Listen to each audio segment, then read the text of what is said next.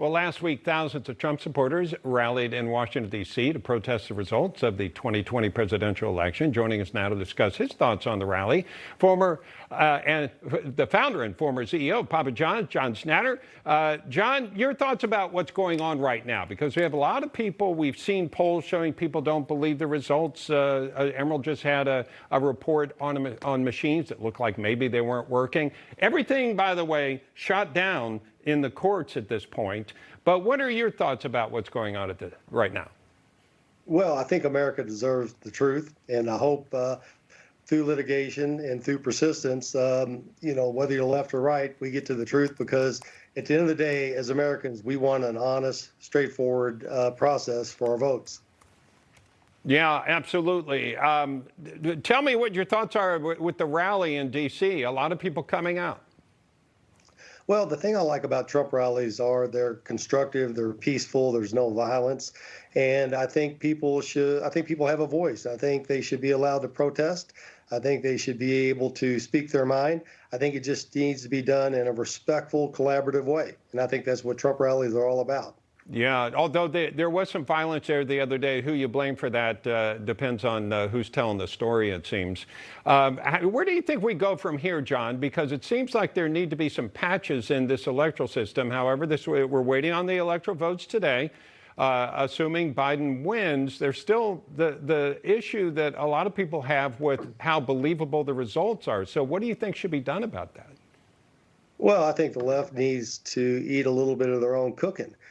They like to overregulate. They like big government, except when it comes to elections. Go ahead. Feel free to expand. Well, I mean, everybody should be questioning the results. It's simple arithmetic. If you flip a coin once, there's a 50-50 chance of it coming up heads or tails. If you flip it 40 times and it comes up tails every time, you got a false coin, or it's 1 in a trillion odds of that happening 40 times. If you look at the numbers and the investigation in this election, every single time there's a miscalculation, it's always favored Biden, not favored Trump. So the odds of that are extremely high and unlikely, and probably lead to, as you're indicating here, a bad election, a false election. Yeah, John, also, you had a personal experience at Papa John's. I don't know how much detail you want to go into, but I think a lot of people object to some of those on the left. There's this whole cancel culture, like you have to check off all kinds of things, and as soon as something is misinterpreted or somebody does something, right away they're wiped off the map. And that almost happened to you, yet they've looked into it and said, you didn't do anything wrong. Do you want to talk about that a little bit? Well, in my case, the board of directors of Papa John's on May the 4th unanimously elected me as chairman and director. Select board members on May the 22nd, under a disguised interview, kind of set me up, taped the conversation, pretended like it was training, and then rushed the tape, reversed what I said to Forbes.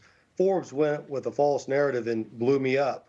But fortunately, I have the resilience, the persistence, the family, the people around me, and the finances to recover from something like this. And as you indicated, Director Freed did an investigation, completely exonerated me from any kind of racism at all. And that was how I was raised. That was just not tolerated in our household. But I got to tell you, Bob, if I didn't have the resources and the tenacity, I would have never gotten through this and cleared my name. Talk about what makes a great entrepreneur, John. I think it's attitude. I think it's passion. An entrepreneur fails. He hears no 400 times and says the answer is no. A successful entrepreneur hears no 400 times and he says, right, the answer is yes. But if you think you can, you can. And if you think you can't, you can't. And that's the difference between a great entrepreneur and just an average entrepreneur. What are you doing now? What do you hope to do in the future?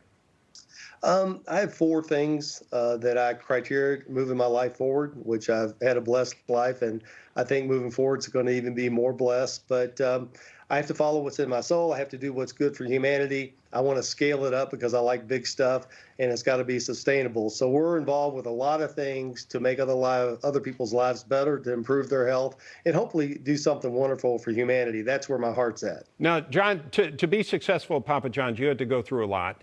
To go through these accusations that you're finally, out of, you went through a lot. How'd you get through it? Do you have a faith in God? What is it that propelled you forward? I'll tell you what I tell my kids: just be honest and do your best. My grandfather instilled in me principles and values that were simply non-negotiable. And my mom, who was just stronger than new rope, and she passed away not too long ago, she said, "Don't you stop until you get to the bottom of what you did to me. You got to promise me that." And I think it's that love of my mom and my grandfather and all my friends, and just knowing that there is a higher power, there is a system. You can't beat the system. You can't fool the system. And you stick with the truth, and you're honest, and you do your best, and the universe seems to come around sooner or later. And it did for me. That's great to hear, John. Thank you for sharing your story. We appreciate you being with us. Thank you, Bob.